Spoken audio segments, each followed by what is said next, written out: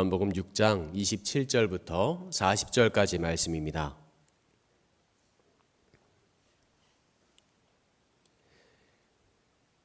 주님의 말씀을 한마음으로 받도록 하겠습니다. 썩을 양식을 위하여 일하지 말고 영생하도록 있는 양식을 위하여 하라. 이 양식은 인자가 너희에게 주리니 인자는 아버지 하나님께서 인치신 자니라. 그들이 묻되 우리가 어떻게 하여야 하나님의 일을 하오리까? 예수께서 대답하여 이르시되 하나님께서 보내신 이를 믿는 것이 하나님의 일이니라 하시니 그들이 묻되 그러면 우리가 보고 당신을 믿도록 행하시는 표적이 무엇이니까? 하시는 일이 무엇이니까? 기록된 바 하늘에서 그들에게 떡을 주어 먹게 하였다함과 같이 우리 조상들은 광야에서 만나를 먹었나이다. 예수께서 이르시되 내가 진실로 진실로 너희에게 이르노니 모세가 너희에게 하늘로부터 떡을 준 것이 아니라 내 아버지께서 너희에게 하늘로부터 참떡을 주시나니 하나님의 떡은 하늘에서 내려 세상에 생명을 주는 것이니라. 그들이 이르되 주여 이 떡을 항상 우리에게 주소서. 예수께서 이르시되 나는 생명의 떡이니 내게 오는 자는 결코 줄이지 아니할 터이요 나를 믿는 자는 영원히 목마르지 아니하리라. 그러나 내가 너희에게 이르기를 너희는 나를 보고도 믿지 아니하는도다 하였느니라. 아버지께서 내게 주시는 자는 다 내게로 올 것이요 내게 오는 자는 내가 결코 내쫓지 아니하리라. 내가 하늘에서 내려 것은 내 뜻을 행하려 함이 아니요 나를 보내신 이의 뜻을 행하려 함이니라. 나를 보내신 이의 뜻은 내게 주신 자 중에 내가 하나도 잃어버리지 아니하고 마지막 날에 다시 살리는 이것이니라. 내 아버지의 뜻은 아들을 보고 믿는 자마다 영생을 얻는 이것이니 마지막 날에 내가 이를 다시 살리리라 하시니라. 아멘. 사람들은 영생을 추구하죠. 건강을 위해서 병원에 가고 치료를 받고 영양제를 보충합니다. 중국을 통일했던 가장 먼저 통일했던 진시황은 자신이 신이 되어서 영생하기를 소망하다 길에서 객사했다라고 합니다. 죽음을 이길 방법을 찾아다니다가 내가 신이 되었다라고 외치다가 죽었다라고 이야기를 하죠. 이스라엘 사람들 역시 죽음을 두려워했습니다. 다시 돌아올 수 없는 곳, 살아있는 이가 발을 들이면 안 되는 곳, 세상의 많은 신화일 속에서도 죽음을 표현하면서 돌아올 수 없는 강을 건넌다라고 우리도 이야기를 하죠. 사람이 가장 두려워하는 것이 죽음입니다. 근래에 장례를 많이 치르게 되어서 나이가 많건 적건 슬퍼하고 힘들다는 것은 사실임을 다시 한번 알게 됐습니다. 그리고 되도록 피하고 싶은 것도 사실입니다. 내가 세상에 없는 것, 내가 사랑하는 이들과 함께 할 수 없다는 그 두려움과 걱정이 우리 안에 있기 때문입니다.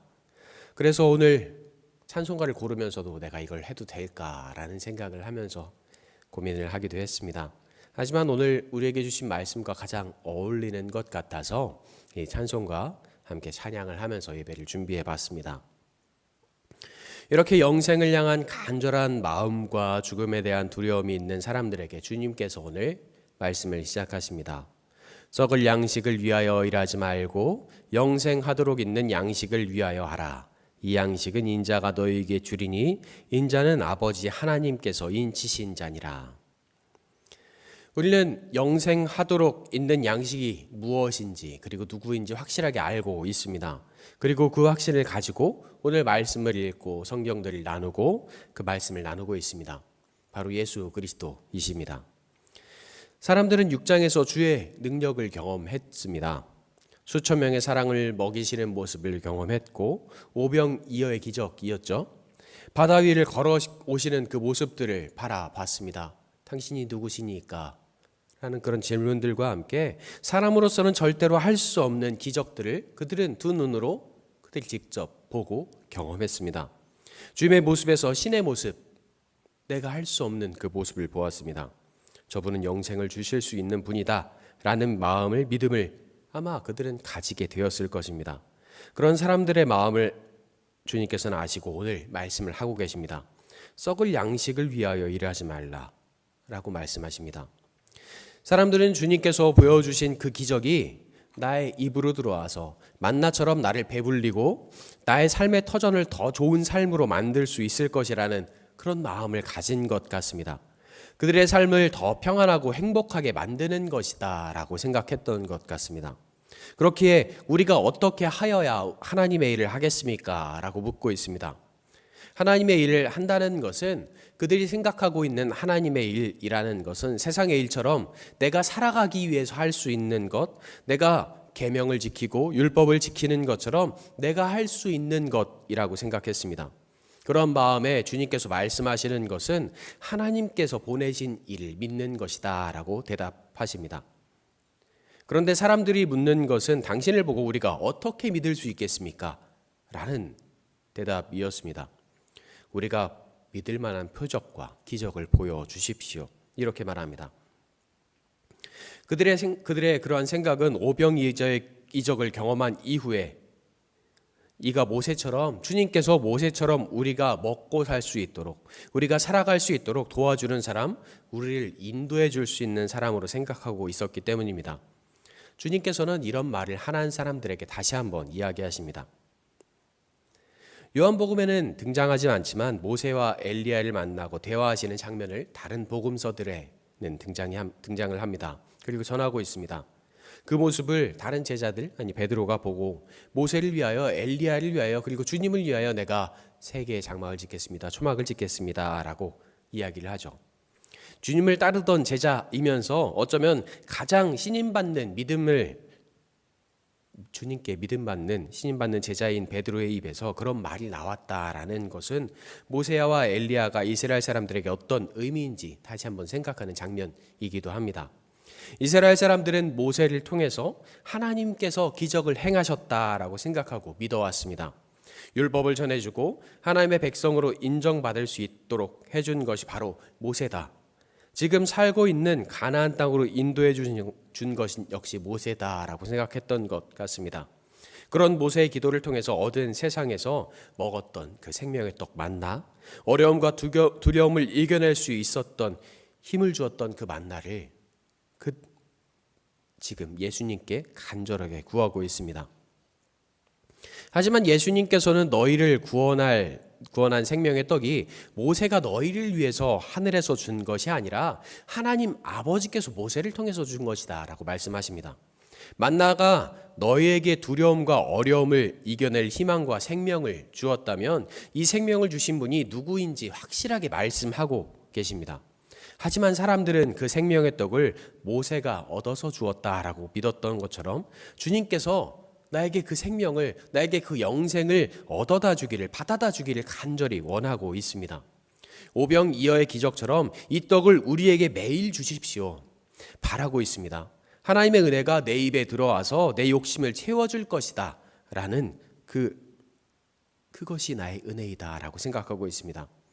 나에는 생명의 떡이니 내게 오는 자는 결코 줄이지 아니할 터이요 나를 믿는 자는 영원히 목마르지 아니하리니 그러나 내가 너희에게 이르기를 너희는 나를 보고도 믿지 아니하는도다 하였느니라. 주님께서는 당신이 생명의 떡이다 라고 전하십니다. 주님께 나오는 자는 결코 줄이지 아니할 것이다 라고 말씀하십니다. 주님을 믿는 자는 영원히 목마르지 아니할 것이다 라고 전하시고 계속 전파하십니다. 그런데 주님을 믿지 않고 있다라고 이야기하십니다. 주님께서는 여러 가지 기적들을 보이셨습니다. 요한복음에서만 쭉 읽어 나오면서 기억하실 것입니다. 이전에 가나안 혼인잔치에서 물을 포도주로 바꾸는 기적이 있었습니다. 또한 왕의 신하의 아들을 고치셨고 베데스다의 못에서 38해 된 병자를 고치셨습니다. 그리고 오병이어의 기적을 보이셨고 그것을 통해서 5천 명의 사람을 먹이셨고 큰 바람이 불고 파도가 치고 있는 바다를 거니셨습니다. 이런 기적 속에서도 그들은 예수를 하나님이 보내신 단지 사람, 하나님께서 그들을 구원하기 위해서 보내신 하나님의 아들이심을 생명의 떡임을 믿지 않고 있었습니다. 그들이 경험하지 못했던 성경에 기록된 단지 글로만 남아 있으면서 어쩌면 알지도 못하고 보지도 못했던 그 모세는 믿고 그와 함께했던 그 기적들을 기다리면서 예수님의 행적을 보고 예수님의 말씀은 들으면서 나는 듣지 않고 보지 못했습니다. 내 입으로 그것이 들어오지 않는다면, 내가 그것을 쥐지 못했다면, 내 손으로 그것을 만지지 못했다면 나는 그것을 믿지 않겠습니다. 아니, 눈을 가리고 귀를 막으면서 모르는 척하고 있습니다. 그것은 바로 예수님의 말씀이, 예수님의 행동이 그들의 마음에 차지 않기 때문입니다. 이렇게 마음을 닫고 있는 그들에게 주님께서 이렇게 말씀하십니다. 아버지께서 내게 주시는 자는 다 내게로 올 것이요 내게 오는 자는 내가 결코 내쫓지 아니하리라. 하나님께서 보내주시는 자라는 표현을 사용하십니다. 하나님께서 나에게 보내주시는 자, 이것은 내가 예수님을 찾아왔습니다 라는 이 말이 아니라 하나님의 말씀에 순종하는 자, 하나님의 선택을 받은 자, 하나님의 말씀에 의지하여 살아가는 자를 이야기합니다. 하나님께서 보내주신 자라는 것은 결국 예수님의 말씀을 따르면서 예수님과 함께 하면서 내 욕심이 아니라 내가 배불리 먹고 내가 행복하게 살아가는 것이 아니라 하나님의 뜻에 맞게 사랑을 전하고 보이시는 그 예수님께 나를 버리고 나오는 자, 그런 사람을 이야기합니다. 예수님께서 기도하시는 그 목소리를 우리는 확실하게 기억을 합니다.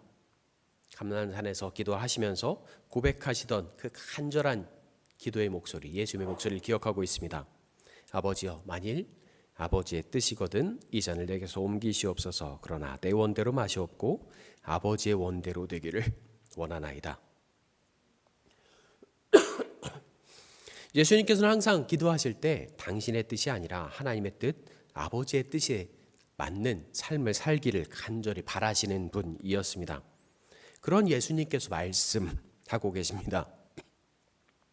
내가 하늘에서 내려온 것은 내 뜻을 행하려 함이 아니요 나를 보내신 이의 뜻을 행하려 함이니라.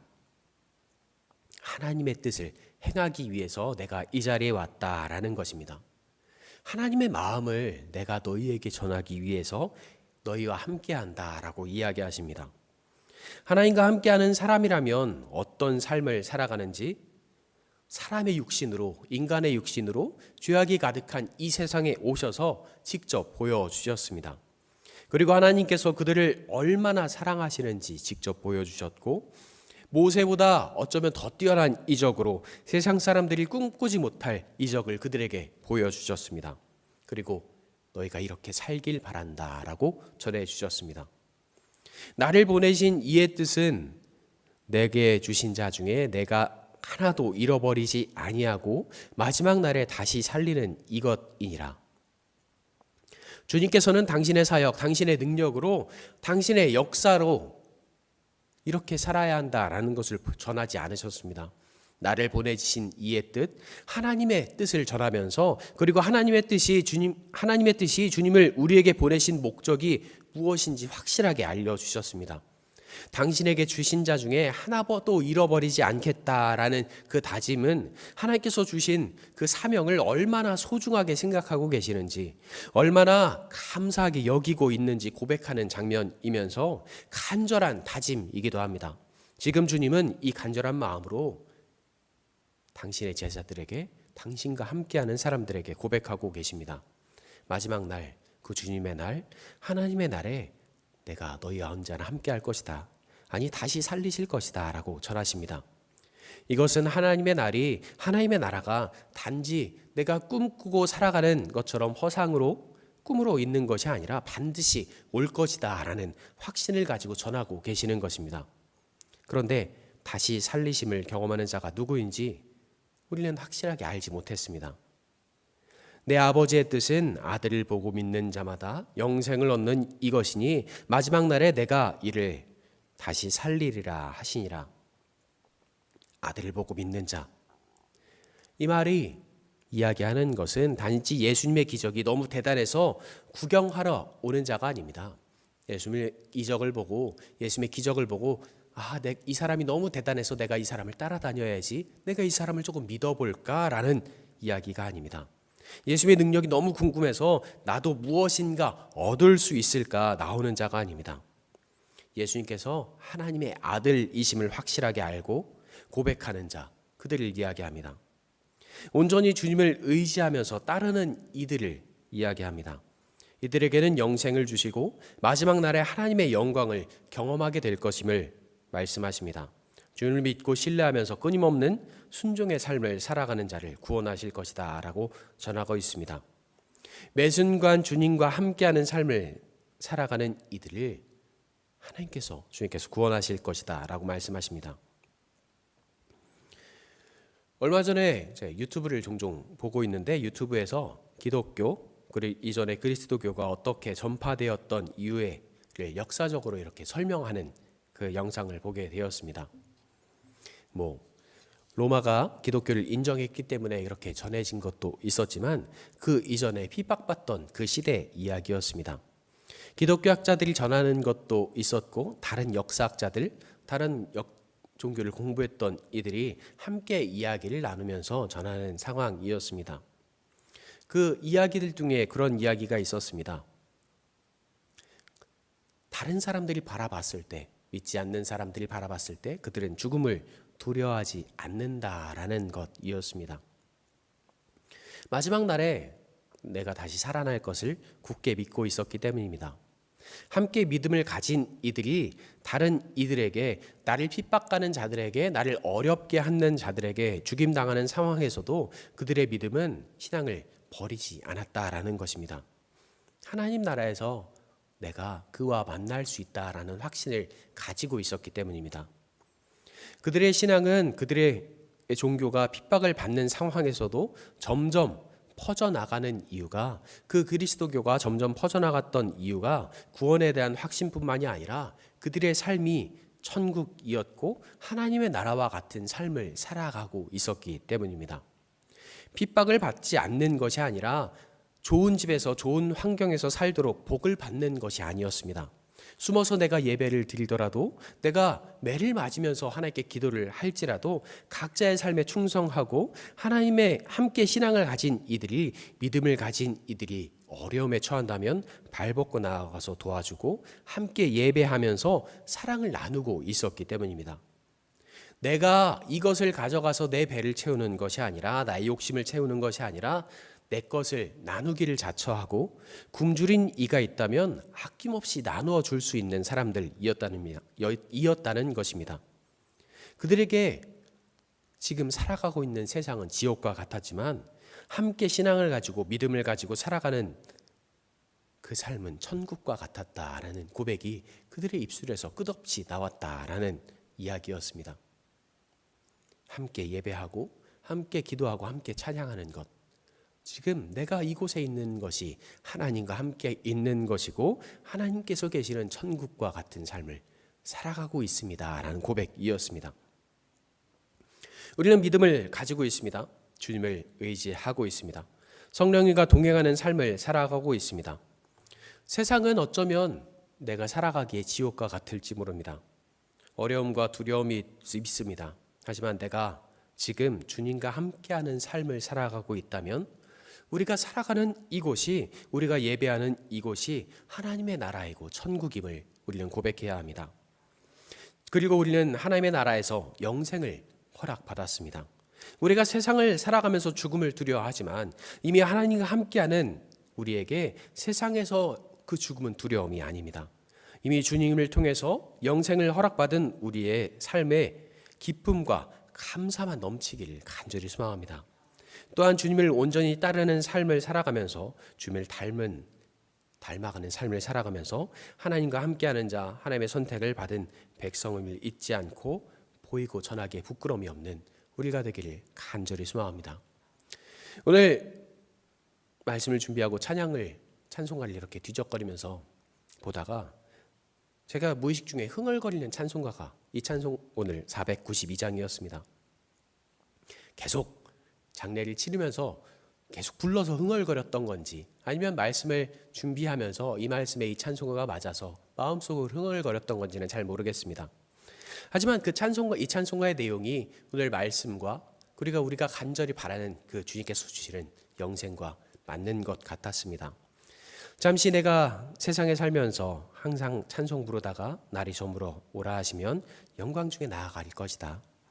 열린 천국문 내가 들어가 세상 짐을 내려놓고 빛난 면류관 받아 쓰고 주와 함께 길이 살 것이다.